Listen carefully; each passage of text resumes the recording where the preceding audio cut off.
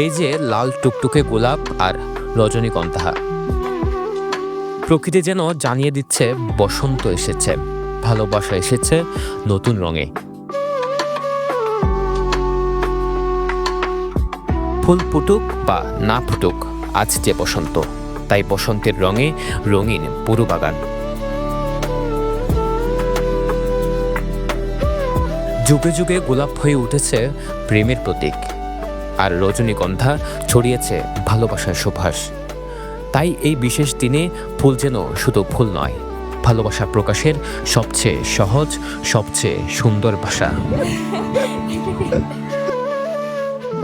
প্রিয়তমার বড্ড ফুল পছন্দ, একটি ফুলে ফুটে প্রিয়তমার মুখে সোনালি হাসি।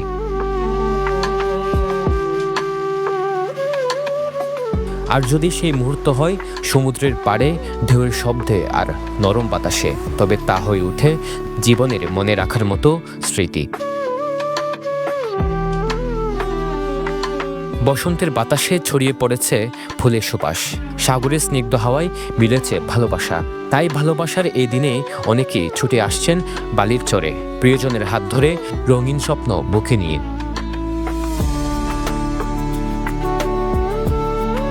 কেউ দিচ্ছেন ফুল, কেউ তুলছেন ছবি, আবার কেউ শুধু সময়টুকু ধরে রাখতে চাইছেন হৃদয়ে। আমার কাছে তো প্রতিদিন ভালোবাসা দিবস। ভালোবাসা দিবস বলতে আলাদা কোনো দিন নাই। এক কথায় অসাধারণ, এক কথায় অসাধারণ। বসন্ত আর ভালোবাসা যেন একসাথে মিলেমিশে নতুন গল্প লিখছে। সরওয়ার সাকিব।